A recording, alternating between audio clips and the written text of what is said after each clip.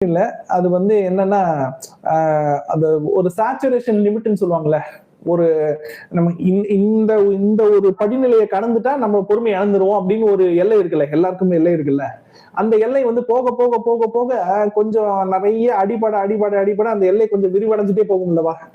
ஆமா. அது மூலியமாவும் இப்ப இவங்க சொன்ன அந்த அந்த கோபம் குறையிறது, கொஞ்சம் கொஞ்சம் அந்த அந்த தணல் கம்மியாகிறது நடக்கும்.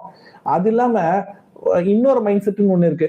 என்ன மைண்ட் செட் அப்படின்னா, ஆரம்பத்துல நம்ம ஒரு விஷயத்துக்குள்ள இறங்கி நம்ம சில உண்மைகளை தெரிஞ்சுக்கிட்டோம்னு வச்சுக்கோங்களேன், எல்லாருடைய மனசுக்குள்ளயும் ஒரு கியூரியாசிட்டி, ஒரு எக்ஸைட்மெண்ட் ஒண்ணு இருக்கும்.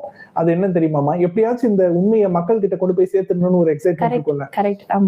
அப்ப நம்ம என்ன பண்ணுவோம், பா நான் சொல்றேன்ப்பா, நீங்க கேளுங்கப்பா, இதெல்லாம் இப்படி எல்லாம் விஷயம் இருக்குப்பா.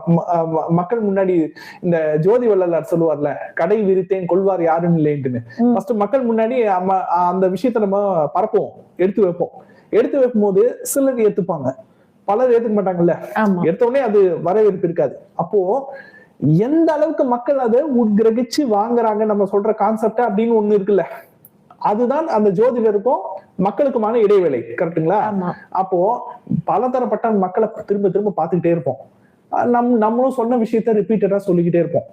அப்போ கொஞ்சம் பேர் வாங்கிக்கிறாங்க, ஆனா பல பேர் மறுபடியும் வாங்காம, மறுபடியும் காதுல வாங்காம கேட்டதையே திரும்ப திரும்ப கேட்டுட்டு இருக்காங்க. அப்படின்றத நம்ம பார்க்க பார்க்க பார்க்க பார்க்க 5 மாசம் பொறுமையா இருப்போம், 1 வருஷம் பொறுமையா இருப்போம், 2 வருஷம் பொறுமையா இருப்போம்.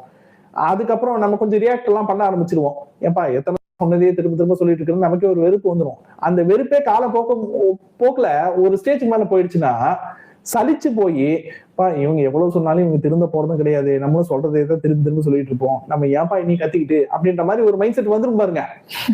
அதுதான் பக்குவம், வேற ஒண்ணும் கிடையாது.